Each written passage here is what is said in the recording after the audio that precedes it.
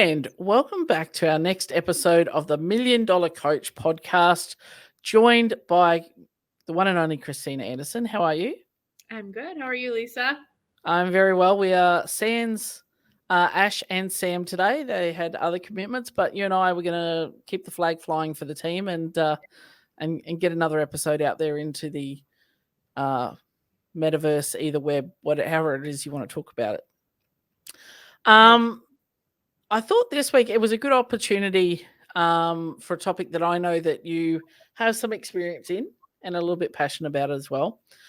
And kind of stepping a little bit away from talking about our structure with our pillars and the mindset mandates we cover in our course, but more so talking about how do we frame ourselves as coaches? What language do we use to describe ourselves? And I know I've done it as well as I've seen and heard it a million times, is coaches saying, well, I'm just a coach, or I just coach 1 hour a week, or I just coach, rather than going, yeah, I'm a professional coach, or yeah, I just teach classes, rather than, yes, I'm a professional coach. And how the language we use can actually carry over to our body language. It can carry over to our performance. It can carry over to even our success as a coach. So I thought that was something worth digging into, because I have no doubt we've got a lot of viewers / listeners that struggle with this sort of construct and identity. Yeah. Thoughts? Well, first of all, I like how you brought up, you follow our program, we have the pillars and the packaging and like all the things that you need to do, right? And you can know all of that like the back of your hand, and you can have a plan, and you can have a why, and you can have all the things that you need to run a successful business, whether it's a business, an affiliate, whatever it is. But if this kind of mental stuff is blocking you, you're never going to be successful. You can know all the things, but if you don't take on the identity of professional coach, it won't happen. You have to believe it in order to make it happen. So I think I just like how you brought that up, And I think that's the answer. Good podcast, good chat, and but it is something that's really overlooked. Like, every guru out there will tell you need to be, level 2, 3, 4, like do this specialty cert, do that specialty cert. You need to have this, or you need to have coached so many hours. And we did an episode which we actually just released this week with Justin Rodriguez from CrossFit Greenville. And one of the things that interested me when he reached out to us was that he said, oh, I don't know, what I have to offer. Like, I consider myself a professional coach, but it's not my full-time thing. And I'm like, you're exactly the sort of person we want to talk to. Like, to highlight that it doesn't have to be your full-time thing. Yeah. It's how you go about it when you're doing the thing. Right. And creating that identity. We talk a lot in mindset coaching and stuff around that, about creating that aspirational identity. Like, oh, people like us do things like this. I want to be like this person. Okay, what behaviors do they do that I need to replicate? Oh, they get up early and they write, or they get up and they meditate every morning, or they go outside, or they stand on their head, whatever it is. And you go, okay, well, if they're successful and those are the things they're doing, then that's what I need to do.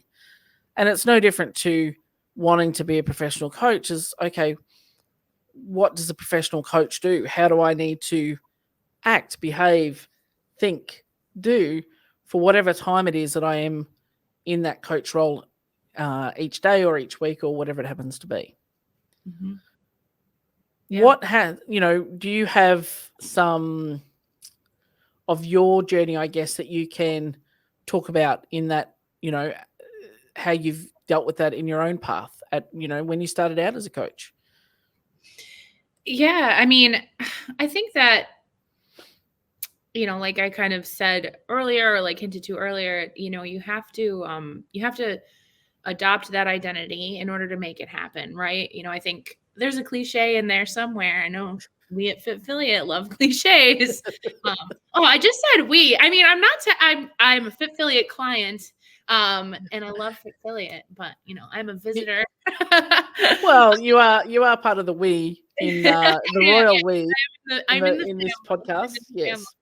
family. But there's a cliche in there somewhere of like, what is it? It's like live the life of who you want to be or something like that. I've definitely heard it in a couple of different iterations, but I think that for me starting out, I knew that I wanted to be a professional coach. Like I knew that I wanted that to be my career. And so I dropped everything else and I pursued that. And I think that there's a lot of people out there that would hear me say that and, oh, that's just not possible for me. That is just not possible for me. But I was actually thinking about this earlier when you told me about this topic. And, what I've done in the past 3 years is I have lived as frugally as possible. And I've invested a lot of money in my development as a coach. And I have gotten as much experience in the field as I possibly can, which is not unlike going to college. I think when we go to college, we spend a lot of money on the courses that reflect whatever it is that we want to do. We don't have a lot of excess money when we're in college because we're in college, and we try to get as much experience as we can before getting out into the working world. And so I really kind of made this connection for myself and my own journey of like, okay, I've spent the past 3 years. Yes, I've accumulated debt from, the coaching development that I have done, as well as, living and being a mom of 2 kids. And, there's a lot of things, a lot of financial decisions that I had to make in order to make this a career. But now here I am 3 years later at the point where I'm starting to be able to turn the other way, starting to be able to pay back some of that debt. And that's exactly what it's like to go to study at a university for what you're doing to be a professional. So I just feel like, I think sometimes people kind of turn their nose up at investing in themselves as a coach. But it's not different from, any other path that we can take. And it's that battle sometimes that, I know I faced it a lot, when I first started coaching is like, people think that you get to wear training gear all day and hang around the gym all day. So you're not really got a real job. And I used to quite often say, oh, well, such and such, oh, well, they've got an adult job.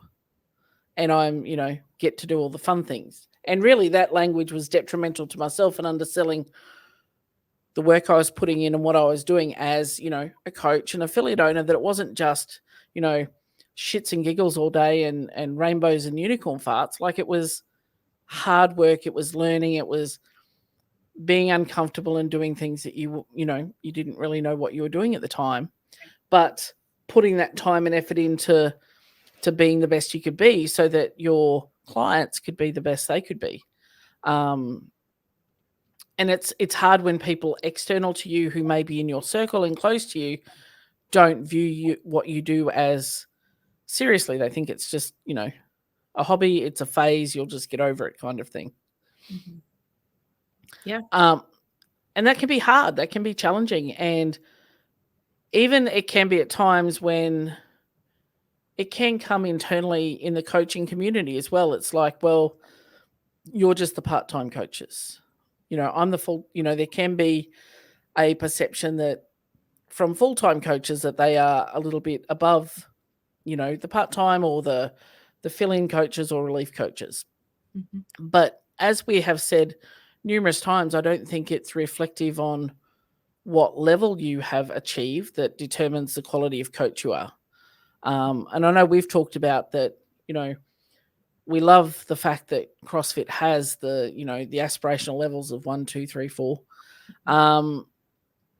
But there are a lot of people who maybe have achieved level 3 who are not great coaches on the floor, but they're good at passing a test. Whereas other coaches may find that they can't progress past level 2, for example, because they're just not test takers. They're not, you don't have that recall. But on the floor, if they were to go for their L4, they would crush that assessment, because that's where they really get their time to shine.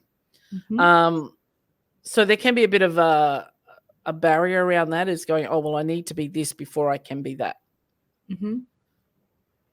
Yeah, I mean, yeah, I totally get that. But there's so many ways that we can invest in ourselves as coaches other than the next level. And I think that it eventually, like, the snowball kind of rolls, and then you eventually kind of seek out those next levels in your coaching. But, that's why people that do have their level 3 or are aspiring to get their level 3, the CEUs are required, to maintain that credential. So, you can take classes in anything that, CrossFit offers CEUs for. They also offer CEUs for Fitfiliate clients. Just, throwing that out there. Coaching, yes, they do. But, there's all sorts of ways that you can level up to, like you said, maybe somebody just feels that the level 3 is something that is just, being a test. It's going to be really hard for them to attain, but they can still do all the other things and be an incredible coach on the floor, and not only make more of an impact on their members, but also see themselves as legitimate and professional, and, know what they're doing. And it's, the resources are there. We talk about investing, and we always say as well, people who pay attention. If you, just give somebody all the answers, they're not likely to implement. But if you are self-directed and self-driven enough, the resources are there. I know when I first started coaching, like the CrossFit Journal, it still exists. You've got to do a little bit of digging to find it, but it's there and it's free. And I mean, I even had the journal when you did have to pay a subscription for a while, because I'm like, well, why wouldn't I? Because, I could go in there and search for any topic and there would be an article. And it was a cornerstone of my week, to read one article. And when I started prepping for my level 3, when that was a focus, was, okay, here are the articles, and here's my plan to work through these articles. And even if I never got my level 3, I was better for having read those. And, even one of the practices I had, and, Geek Alert still have, is every quarter to 6 months since June 2013, when I first got my level 1, is I reread the level 1. Still do it because it's habit now. But every time I read that, I'd go, oh, yeah, I forgot about that. There was always something different that I could then implement in classes or in my coaching, or something to talk to members about that next week. And it was just, it's such a valuable tool, and you can continue to grow and develop if you apply yourself to constant learning.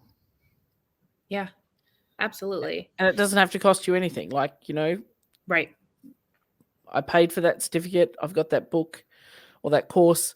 I got the manual, and I still get enormous value out of it. Even though I'm not on the floor coaching at the moment, like, I still read it and want to learn so that I can still be a good coach. Yeah, absolutely. I'm going to spin off that, but I'm also going to take you for a little walk, because I need to plug in my computer and I don't want this conversation to end too abruptly. But I think that where you're going, I think that then there comes a question now of, how bought in are coaches, right? So I think that the unfortunate thing that starts to happen is that coaches start to not take these opportunities to invest in themselves, because they feel like they're entitled to something in return for that. And I think that while there is a case and point where that is true, and coaches need to be compensated, and this is something that we, struggle with a little bit in some situations, Mhm. I think that there needs to be a little bit of an understanding of, in order to get to that point where you're treated like a professional coach and you are compensated fairly and you are, you know, just being treated with that, way that you want to be treated, it's because you are taking the time to invest Mm, in yourself and doing the things and making sure that you are leveling up. Maybe mm, not necessarily the next credential level, but some sort of leveling up mm. in your, education. Yeah. Well, I mean, it works, two ways. That, the affiliate owner can see that you're putting in time and effort to be better, and therefore that benefits them. But then, you're also getting the benefit from doing that. They go, okay, well, you're investing in this and you're putting in effort. I'm going to invest in you and put in, that effort into you.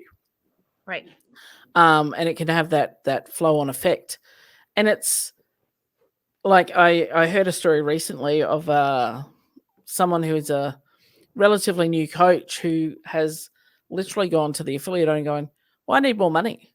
Like, I see what person X, Y, and Z are earning. I need to make the same. It's like, whoa, whoa, whoa, pump the brakes there. Like, you've just started on this journey and you've walked into the office, we've given you an opportunity to run a program or an additional thing, and you pulled out of that halfway because there was a lot of work. And it's like, well, I don't know if I don't want to commit to all that. There was a lot of work. It was uncomfortable. But Right.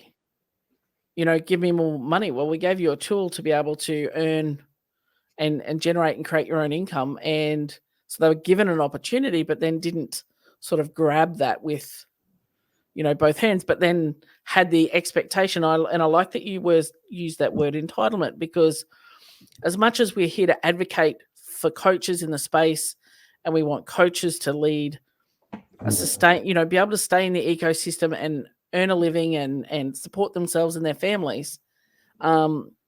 We also, want to have that balanced view that you're not actually entitled to anything. Right. And it starts with how you view yourself. Like, as a professional coach, what do professional coaches do? And there are a lot of professional coaches out there in the landscape that you can look at and go, hey, wow, I want to be like James Hobart. Okay, he seems like he's on a good, trajectory, and he's had a successful coaching career. Okay, well then, what does he do that makes him successful? And I guarantee you, James Hobart has never walked up to any affiliate owner that he's worked with and said, well, just give me more money because I'm James Hobart, or because I'm this, that, or the other. It's, the process to achieve a spot on seminar staff, that's earned, not given. You need to intern and work through that process and demonstrate that you're there, not just go, hey, I'm a level 3. I'm kind of a big deal.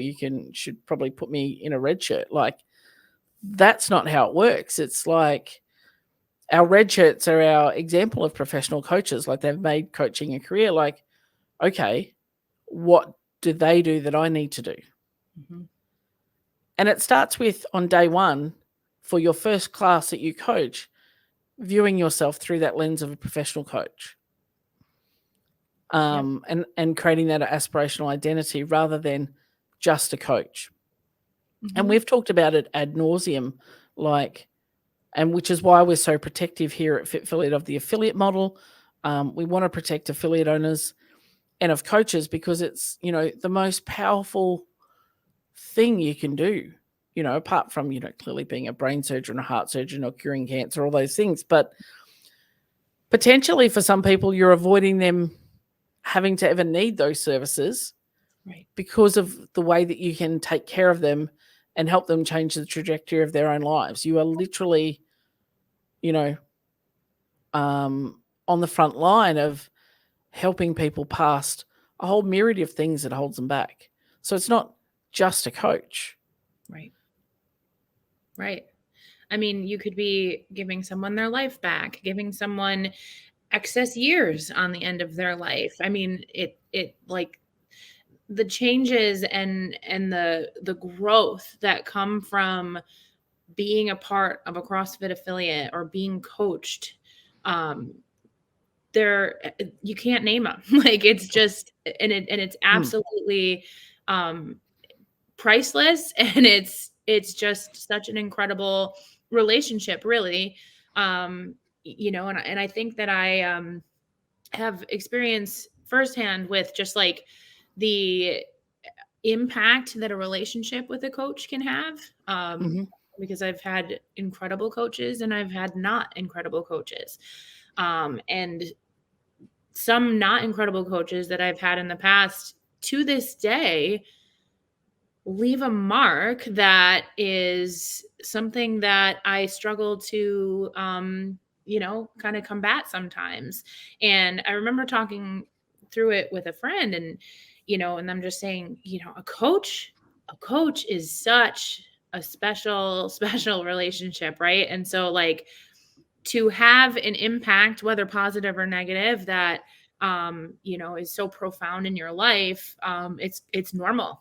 It's normal, because I think that people who come to an affiliate or who experience CrossFit specifically, they're coming in a really vulnerable place. And so the coach is the one who's there to kind of pick up those pieces, so to say. So it's like, you come and you're very exposed and we do workouts and the coach is the one who's there as you're kind of leveling up into this better version of yourself, because we all know that a big part of the CrossFit methodology and just like, why we all love it so much and share it is that just inevitable growth that ends up happening.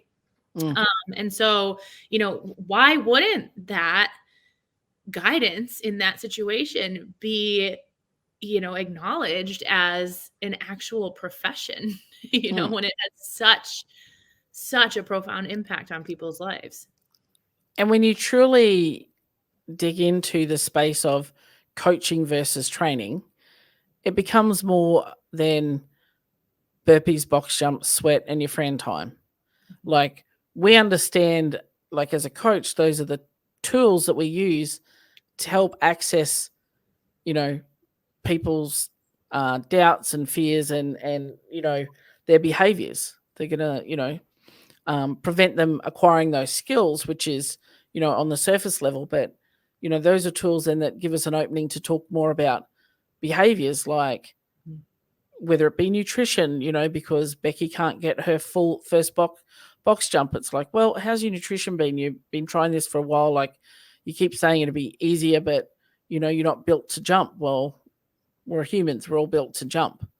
So, let's look at some of the behaviors. Are you practicing? Are you, why do you think that you are so limited? And it lets you open the door to have some incredibly powerful conversations with people. When you assume that identity of a professional coach, you understand that it's not just, leading a fun warm up and high-fiving everyone at the end of class when, we've all done PBs for our deadlift or whatever it is.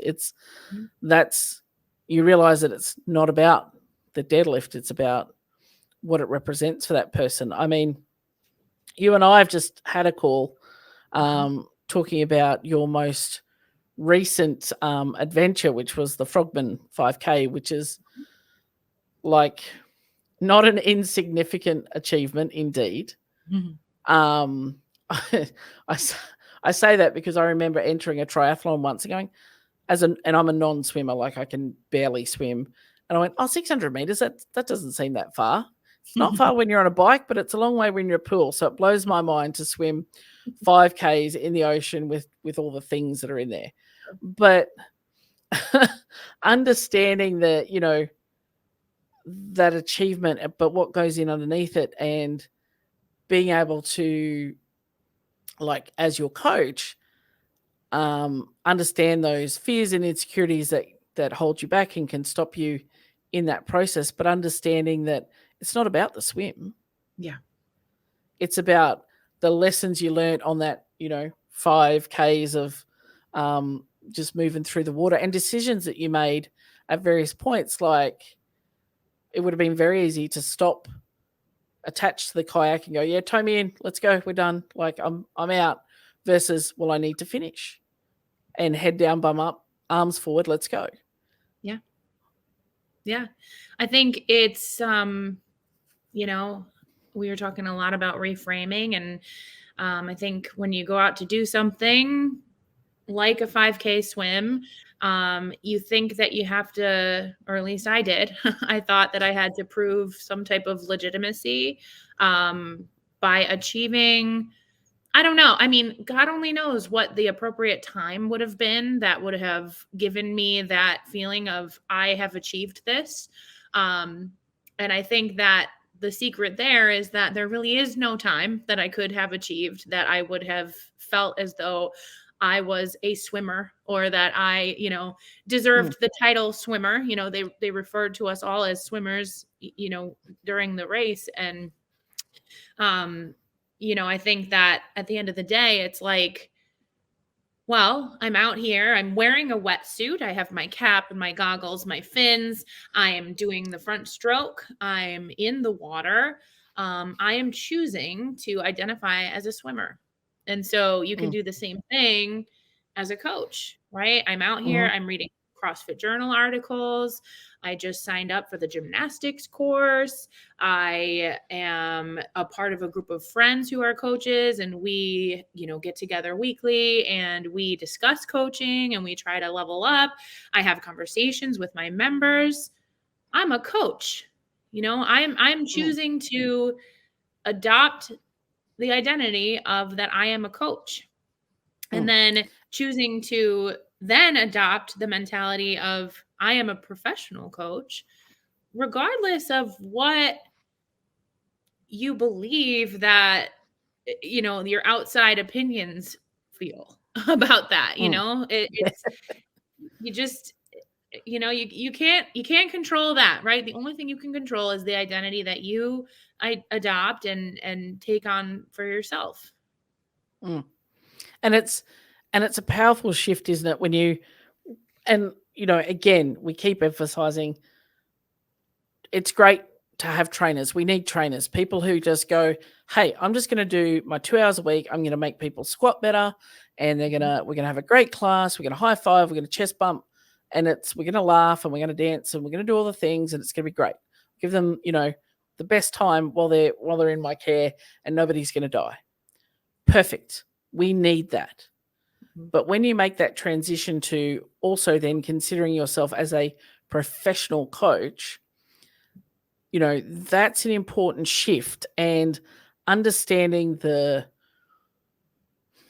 want to say responsibility that comes with that, not only for your own learning, but for making those around you, or we can't make anyone do anything, but helping those around you to be better, and to, want people to lead their best lives, whether that's because they can suddenly, run again after many years of not, or if they can, do a pull up, or even, change position with their feet on a ring row, like all these things that they thought that they couldn't do since they were a child or whatever, then that's a profound impact. Or having someone, have a relationship with you where that you're having like that ripple effect, not only on their lives, but their immediate family and outside that, just because of you doing what you do and taking those extra care. But the stuff that you're studying and learning allows you to work with them on that deeper level. Like, that's a big thing. And you can assume that on day one, like first day of coaching class, you can assume that when you, if your gym offers you a coaching intern program or a coach development program, you can assume it the first day of that and apply yourself. You can assume that identity when you do your level 1. It's not too early to assume that. Right. And, find a coach or that will be a mentor to you and a coach to you on your own journey. I mean, I often tell the story that when I was living in Sydney, I had a coach who I still to this day is, James is my probably one of my favorite coaches that I ever have, and one of the best coaches I've ever had for me personally. And I remember the day that I went in and said, "Oh, look, I've got to move back to Queensland. My contract's finished here." He literally put his head in his hands and said, "How can we, keep you? Like, we need to, And I'd been working with him one-on-one because I was always a big advocate. It didn't matter what I'd done in my own personal training. I'd always worked one-on-one with a coach or a trainer. And he saw me in a way that other coaches never had in the past and was genuinely invested in my results and my success. Not from a, well, it makes him look good perspective, but from a just purely wanting me to be successful. And he was able to give me that accountability and that level of investment. And I always struggled when I came back up here to find another coach because I'm like, I can't find somebody like that for me, because that's how I tried to replicate myself then as a coach. And it's funny, a couple, like, I don't know, 18 months after or so, I came back and we'd been in regular contact, and he sent me a text about something, and I thanked him. He goes, "I'll always be your coach." And I was like, oof, feels. And, I think the closest I've come to replicating that is the relationship I have with my coaches at FitFiliate, in having that someone who is transferring their belief onto you and believes in you more than you do when you don't. Like, it was James who said to me, I went to him one day and said, "Oh, can I tell you something like stupid, like that I think of for a goal?" And he goes, "Sure." Said, "I think I'd like to do my level 1, not to be a coach. I'm not going to be a coach, but just for learning, even though deep down I really wanted to be, but I didn't think that I could be, given I couldn't do the movements and aesthetically." And he's like, "Well, why couldn't you? You see movement." And I remember I rocked up a couple of days later to a Saturday class. It was a partner work. And he goes, "I'm going to pair you with this new girl. It's a chance to practice your coaching." And, he'd seen the way that I'd helped. That was a fairly new gym when I was there, helped them build that culture of, like, I just did what Lisa did, and I'd high five people after class and and they didn't do that. Like he said, we coaches tried to bring that in, but it was until you started doing it and the members started doing it. But it was such a profound relationship that, like, when was that? 2012. So it's 11 years later. It still has a profound impact on me. And if he had have just described himself as, "I'm just a coach," and not done the work that enabled him to have that relationship with me, then I probably, would not be here. If I had asked someone else about doing my level 1, they're going, "Oh, well, you need to get a few more years under your belt and get a bit more skill," and like, never would have happened. We're not having this conversation. We're not where we're at. Yet, he developed himself and had that belief that he could then transfer that belief to me. Yeah. So, you can, the relationship you can have with the coach is one of the most powerful ones you can have if it's the right coach for you. And we can all have many coaches for different things and that coach us in different ways.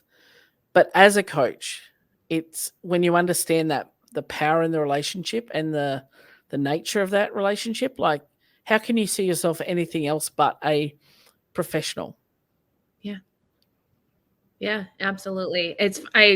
Listening to that story, I get like misty-eyed because it's just such an amazing example of that profound impact that we were talking about earlier. And, it brings me back. It's funny, you brought up James Hobart earlier, and he actually was around during my first coaching internship.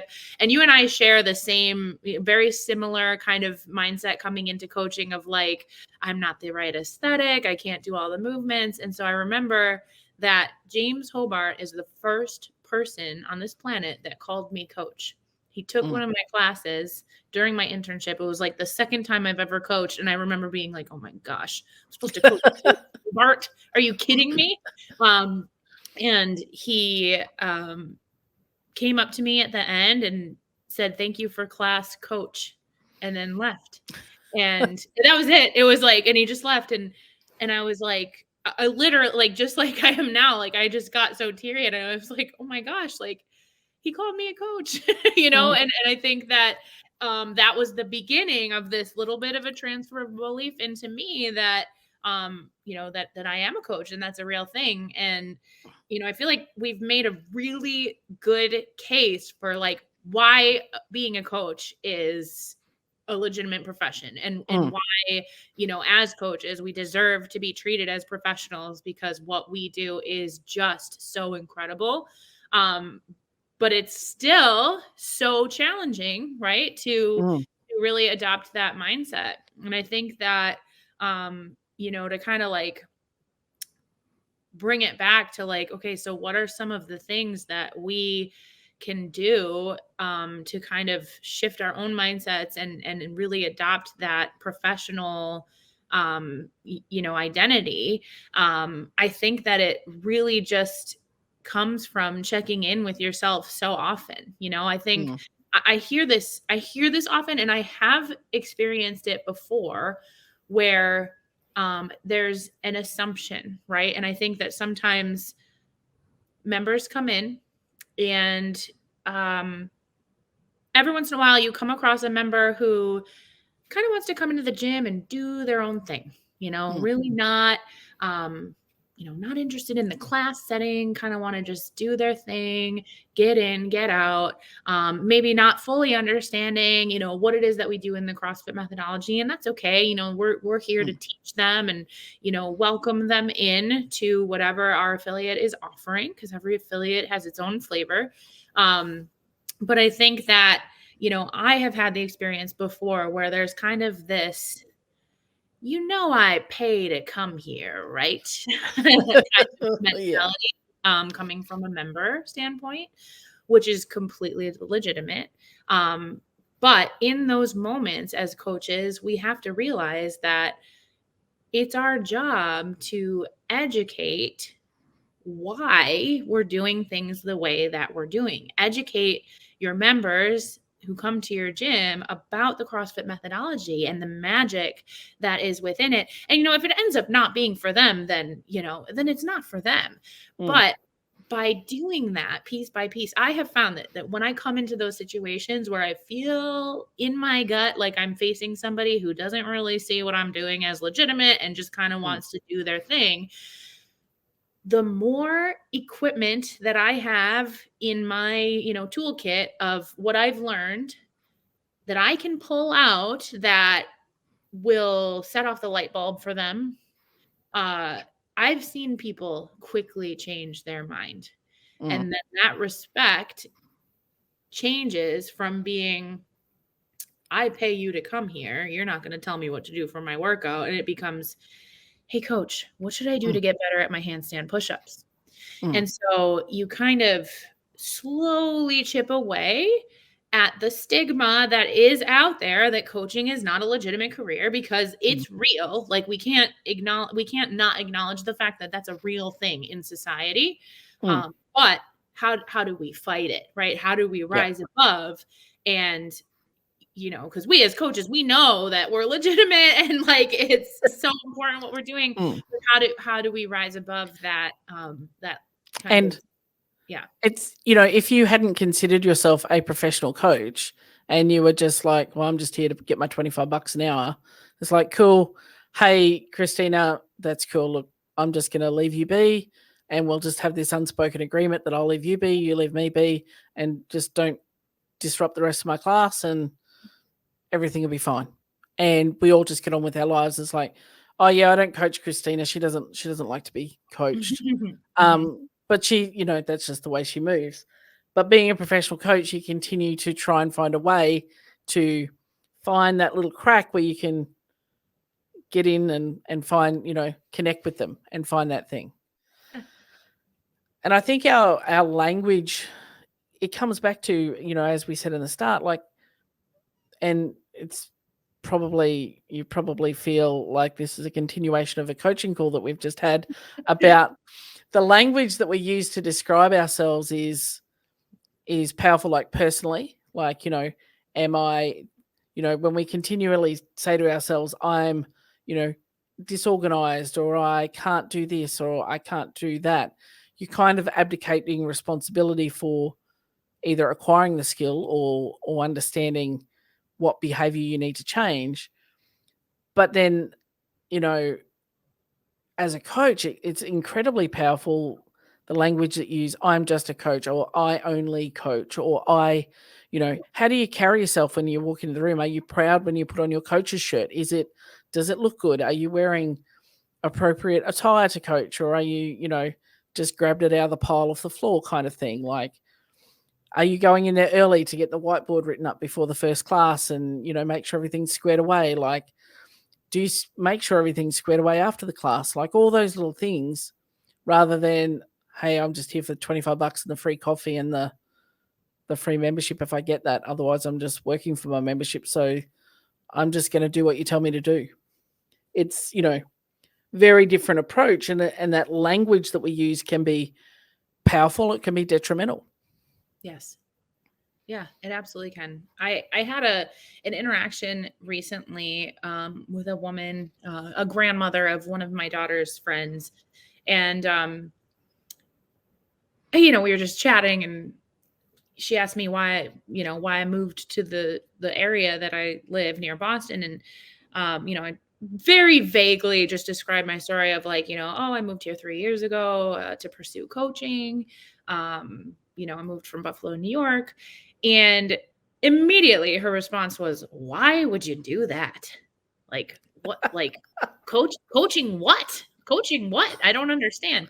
And like, I had like a really serious, like, inner thought moment with myself where I was like, I don't know that this person is very open to like hearing, truly what, who I am and what I'm doing. And, and so, outwardly, I, chose to end the conversation and just kind of shrugged it off to like, I don't know, still trying to figure it out, right? Just life.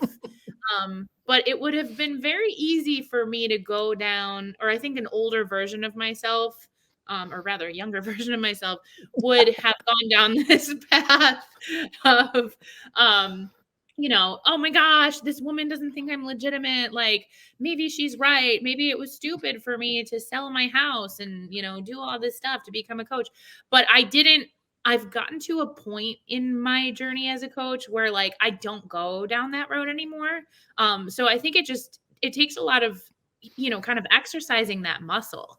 I'm really big on making sure that people understand, like, just because it seems like outwardly that I'm super confident and I'm a professional coach and I'm crushing it and I'm a level 4 and like all this stuff, it's, it doesn't come without all of those little like doubts and like, fears of being inadequate, or, just falling down that trap of like, is this really even a job? Like, what am I even chasing after?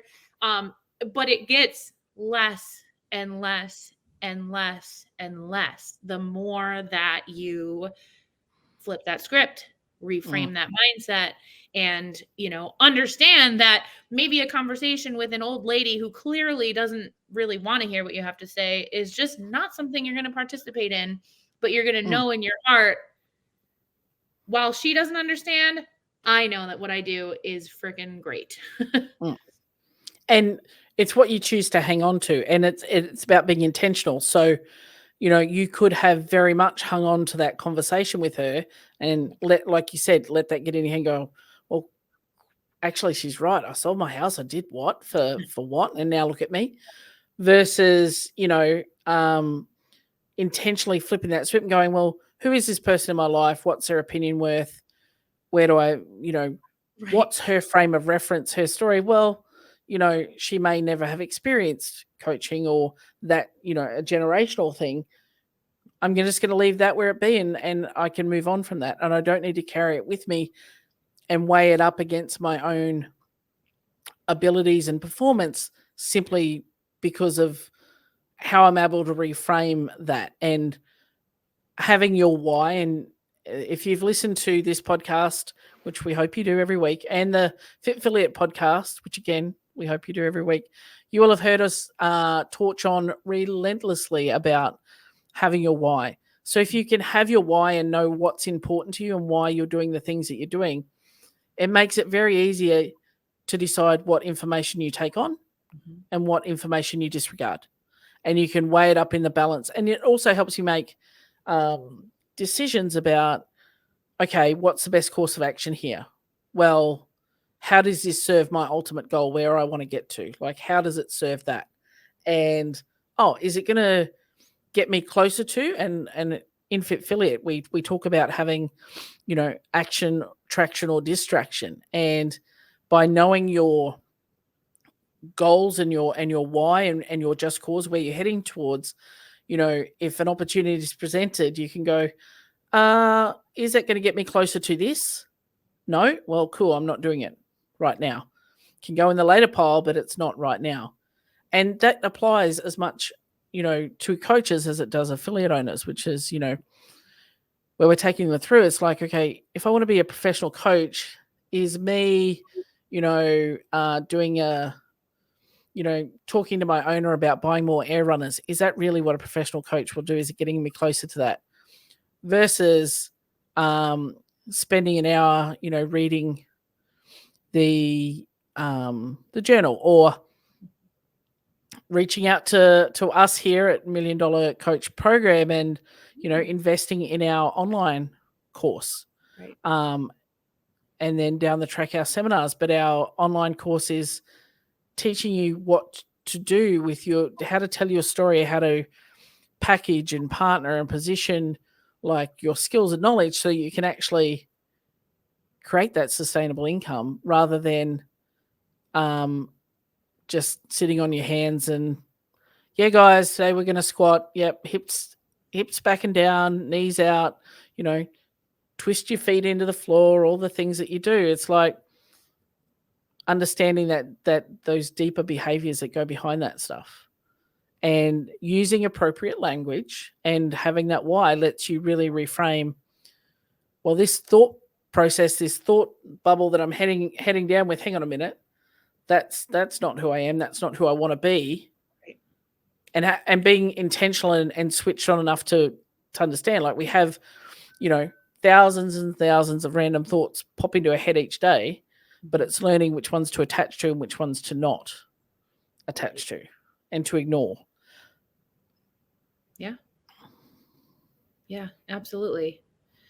It just, I think going back to where we kind of started this whole conversation is that it's a conscious choice. It's a choice that you have.